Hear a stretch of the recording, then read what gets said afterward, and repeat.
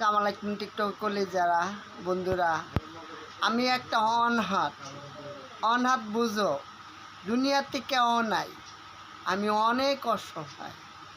ছিল একটা বন্ধু, এলাকার বন্ধু বান্ধব ভাই বেড়াদার আমার বন্ধু আলাদা করছে।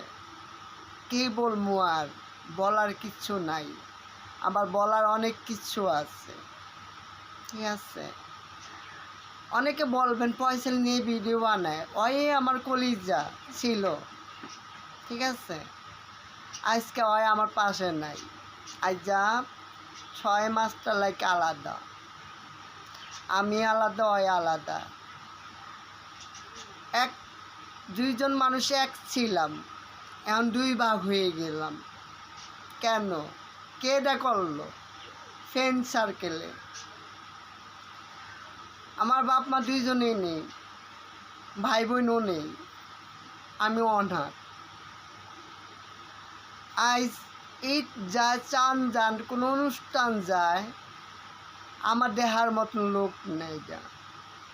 কিন্তু আছে, যখন টিকটক করলেই যারা আমার টাকা আছে, আমার সবই আছে।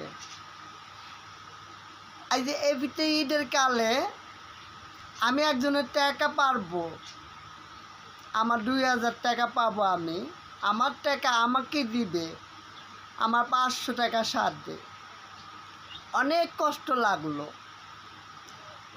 কোনো সময়টা আমি হেল্প করছি তোমাদের।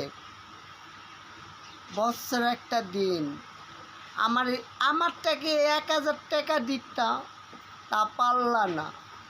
এটা আমার স্বয়ং আল্লাহ আছে, কোনো সময় আমি ঠিকই নাই।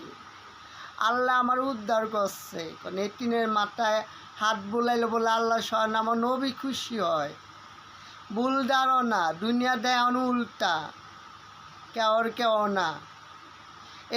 এতিনের দা মাইরা খাইতে পারে, কেন এতিনের তো আর নাই, দুর্বল।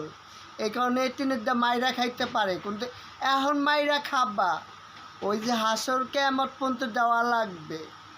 আমার আপন মামা আমার 5 লাখ টাকা খাইছে, আমার আত্মীয় স্বজন লতা লেঙ্গুস অনেকে খাইছে, পরও খাইতে আছে।